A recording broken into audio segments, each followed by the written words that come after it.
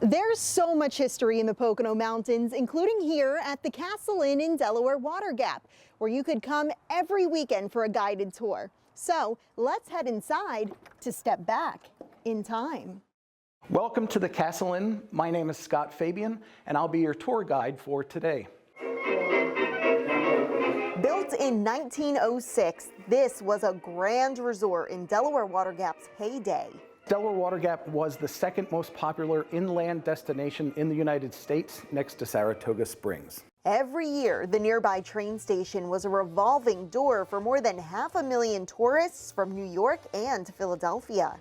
And it was a lot like the movie Dirty Dancing. You didn't just come for a weekend, you would come out for the whole summer to escape the heat of the city. The resort boasted an apothecary, bowling alleys, pool tables, a dance floor, and running spring water in all 52 hotel rooms. Which was unusual for back then. At one point, the Castle Inn served as a training camp for famous boxers, including James Braddock, known as the Cinderella Man. It was considered perfect because it was far from the distractions of the city, and it had the fresh, clean air, mountain air. They could run up and down the mountainside for exercise. The Castle Inn functioned as a resort through 1952. Then, legendary entertainer Fred Waring bought the property, and it became the hub for his music empire. When his blockbuster band, the Pennsylvanians, was not on tour, the group rehearsed and recorded at the Castle Inn. The inn also hosted Waring's famous choral workshop.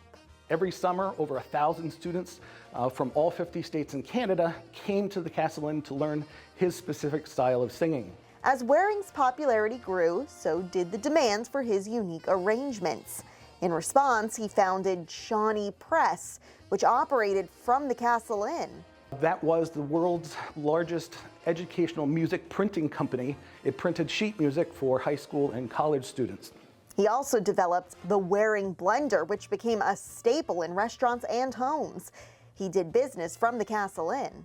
And since vaccines are such big talk nowadays, Dr. Jonas Salk used a Waring blender to invent the polio vaccine. Eventually, the inn became abandoned. Teresa and Frank Paccioni became the new owners in 2005. And we just fell in love with it. The Paccionis restored the Castle Inn, bringing back the old-fashioned ice cream parlor, converting hotel rooms into office space, transforming the former dining hall into an event center, and adding unique shops. We wanted to make it a commercial rental space, but we wanted to preserve the history. And they did it from the ground up. The couple spent months scraping away at the floor to uncover its original tile. They've also added their own personal touches, like this mirror from New York City's Plaza Hotel, and this vintage couch from the former Mount Airy Lodge. It's a very important local piece of history. We think we're very happy that we have saved it so far. And that's just a sneak peek at all the history you'll learn when taking this tour for yourself, offered every Friday, Saturday, and Sunday. And you can always learn more on tourthecastle.com.